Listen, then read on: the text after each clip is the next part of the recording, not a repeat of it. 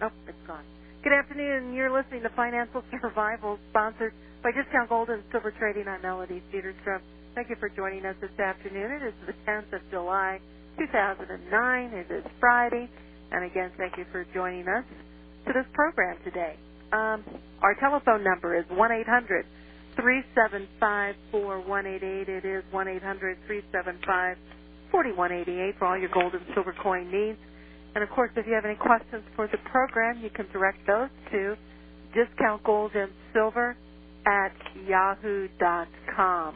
And you can also use that email address for all your gold and silver coin questions and investments, discountgoldandsilver@yahoo.com. And you can also visit our website at discountgoldandsilvertrading.net. You can listen to the program.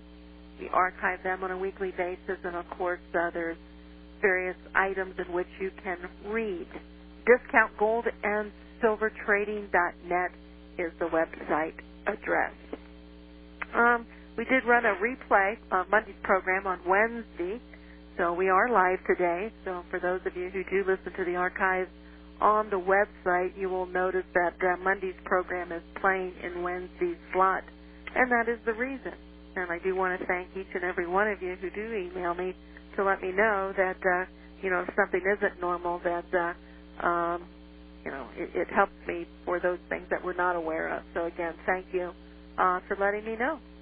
And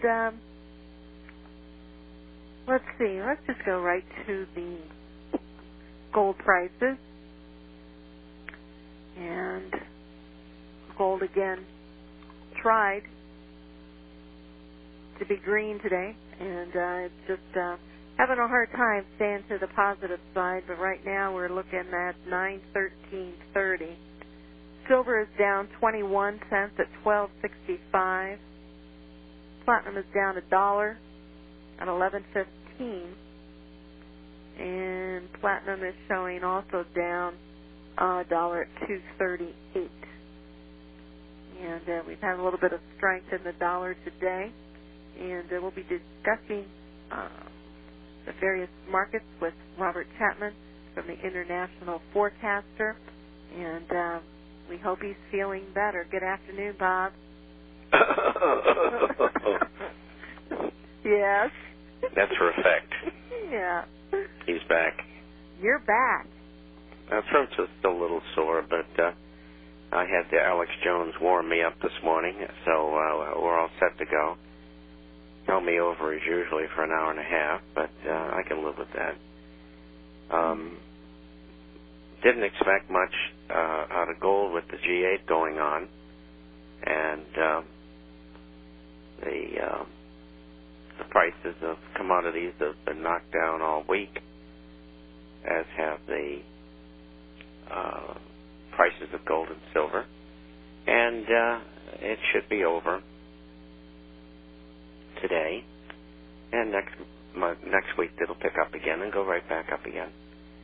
And, again and again and again, I say to you that you must have patience.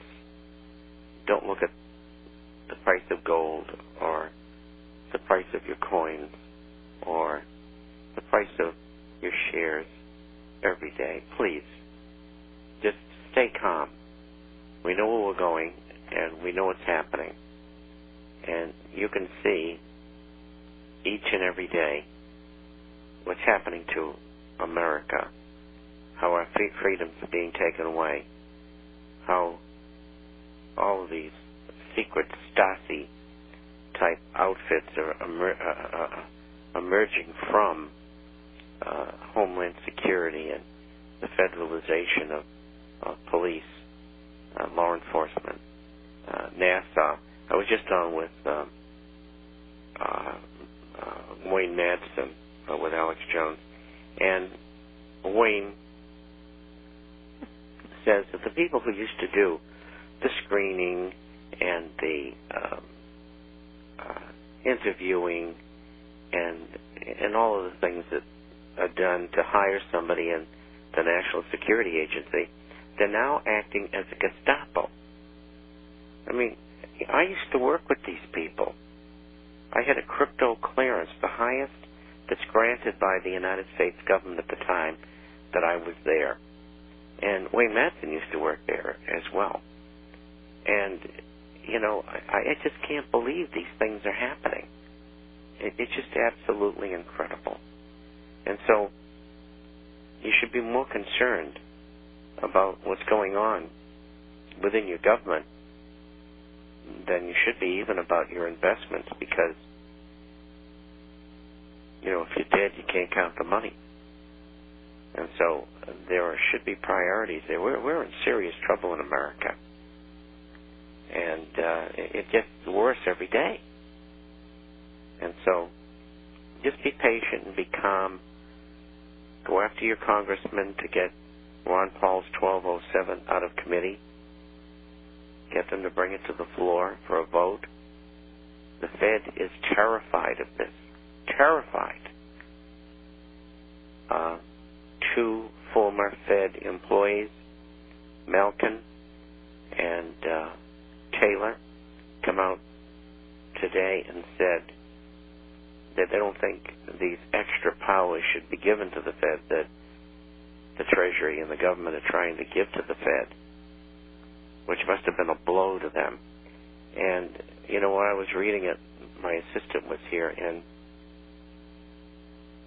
I said, you know, both these men are in their mid-80s now, and they've worked around and near the Illuminati all their lives, and they're trying to make up for it by telling people the truth. But I think it's a little too late. All that money that they receive from being vassals of this evil Illuminist state, they're not going to be able to take with them where they're going. And even if they took them and could take them, they would melt.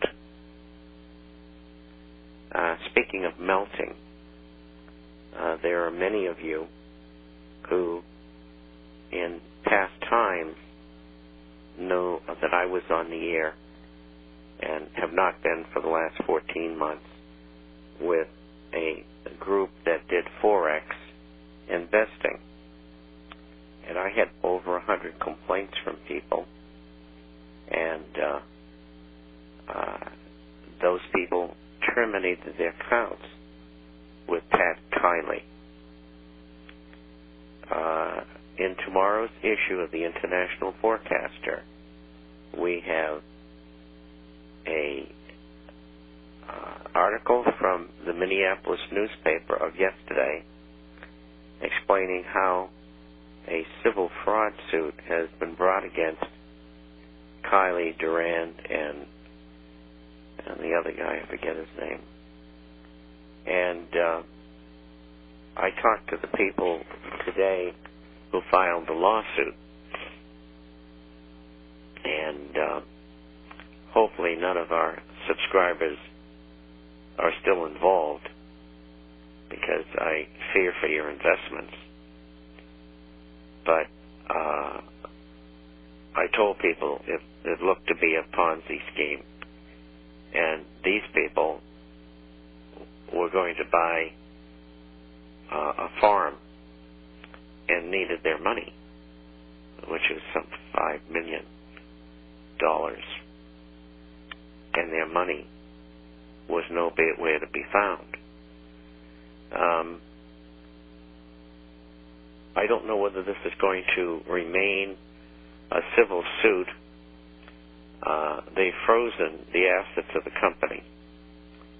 And so if you have an account there, and plain English, is screwed, maybe there will be some money left. I just can't say. I have no way of knowing.